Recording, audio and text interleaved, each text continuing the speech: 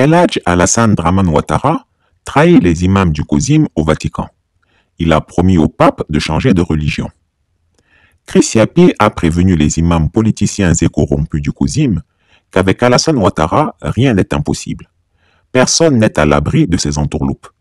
Les imams politiciens la prennent à leurs dépens et n'ont que leurs yeux pour pleurer. D'après les rumeurs qui circulent actuellement au Vatican, l'octogénaire supermenteur aurait fait très bonne impression au pape.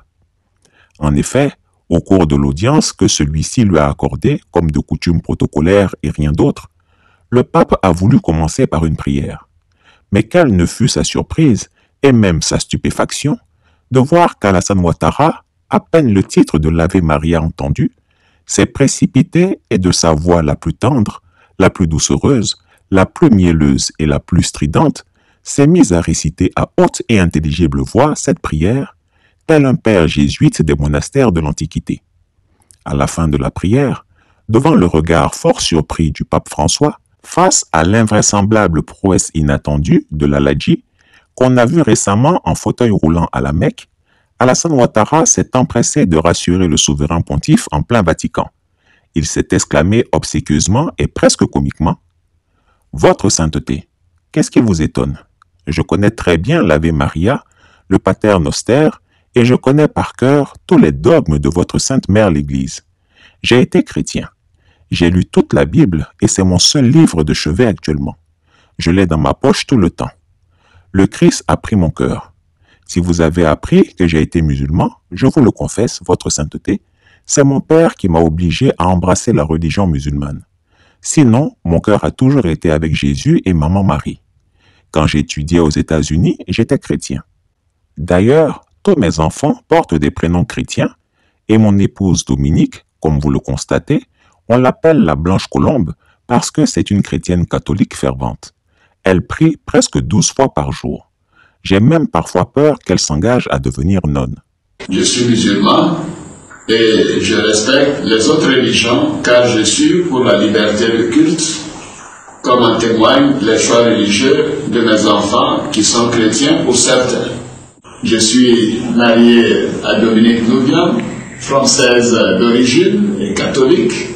À ces mots, le pape François était très attendri.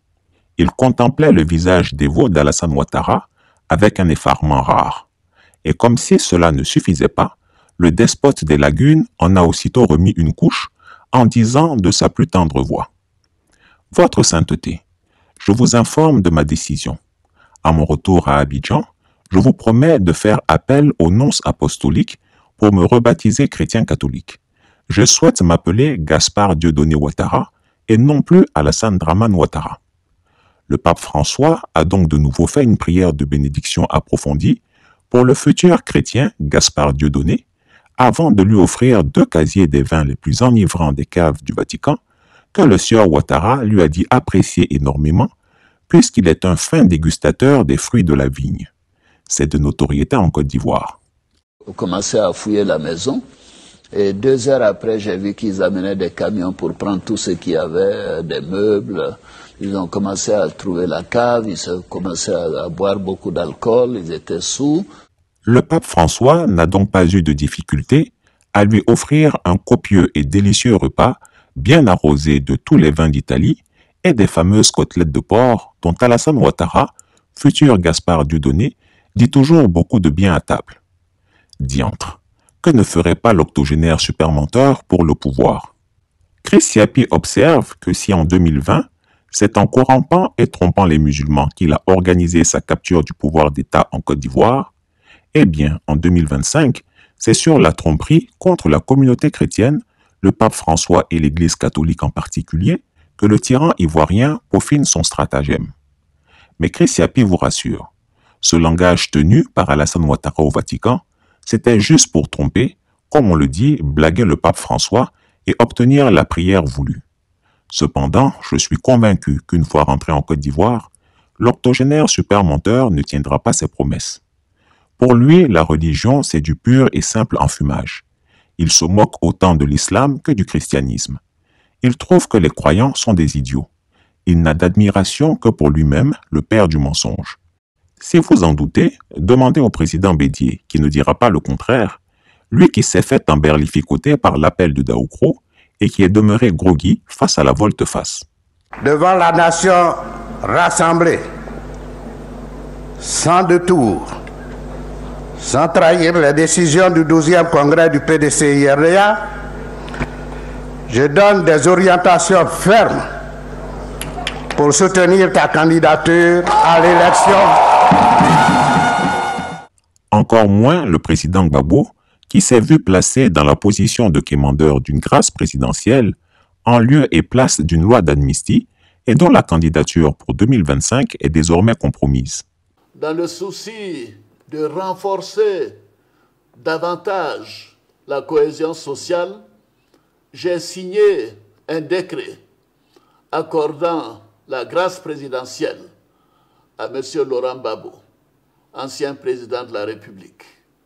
J'ai également demandé qu'il soit procédé au dégel de ses comptes et au paiement de ses arriérés de rente viagère. Nul doute qu'une fois de retour à Abidjan, Alassane Ouattara, futur Gaspard Dieudonné, mettra en garde le peuple ivoirien quant à vouloir lui contester un 4e mandat que le pape lui a donné et comme un de ses futurs prénoms l'indique, Dieudonné. Alors quiconque se permettra de le critiquer sera maudit et foudroyé par Dieu lui-même. Heureusement que les Ivoiriens le connaissent bien. Je vais vous dire ce qui me séduit chez Alassane, et ce qui m'a séduit et ce qui me séduit toujours, c'est qu'il est profondément honnête. Honnête dans le sens moral du terme, si vous voulez. Monsieur le Président, depuis environ une semaine, circule sur les réseaux sociaux un enregistrement d'une prétendue conversation entre l'ex-premier ministre du Mali, Boubou Cissé, et une personne. Certains ont reconnu votre voix. On entend des critiques sur la junte malienne. Alors une question toute simple. Oui. Est-ce que cette conversation est authentique? Est-ce que c'est vous avec peut-être il faudrait me la faire écouter, comme ça je pourrais vous le dire. Elle a beaucoup circulé et on a... Vous savez, moi je ne suis pas un adepte des réseaux sociaux. Hein. Mon jeune frère Albert Mabri-Touakeus et l'UDPCI ont décidé de revenir au RHDP. Je vous demande de l'accueillir et de le féliciter d'avoir pris cette décision. J'ai lu ce qu'il y avait sur les réseaux sociaux. Je sais que ce n'était pas une décision facile pour lui non plus. J'ai lu ce qu'il y avait sur les réseaux sociaux. Je sais que ce n'était pas une décision facile pour lui non plus. Je prends le domaine de la communication. Nous voyons du n'importe quoi sur les réseaux sociaux et chaque ministère a une direction, une cellule de communication. Alors chaque fois que je vois cela, je le dis donc au Premier ministre, au ministre de la Communication, à la directrice de la Communication, que je ne peux pas comprendre qu'avec tous les moyens de l'État, 30 ministères, avec une cellule de communication dans chaque ministère, que nous ne puissions pas réagir. Cela montre que ces personnes ne travaillent pas, ou bien qu'elles ne se préoccupent pas. Il m'est arrivé plusieurs fois moi-même, en entendant ou en voyant des choses à la radio ou à la télévision, d'appeler le ministre concerné pour dire on vient de dire telle chose, je demande une réaction. Elle a beaucoup circulé et on Mais a... vous savez, moi je ne suis pas un adepte des réseaux sociaux. Hein. Mais Alassane Ouattara est un menteur. Et je le répète pour vos auditeurs et pour vos téléspectateurs, il ne faut pas que les gens fassent attention à son esbrouf. C'est parce qu'il est menteur qu'il n'a jamais réussi à arriver au pouvoir depuis 1993. Le mot est fort, menteur. Le mot n'est pas fort. C'est ce qu'il est. C'est la description. Chris Yapi ne ment pas. Retrouvez Chris Yapi sur ses 2 chaînes YouTube, sa chaîne Dailymotion, Instagram et VK.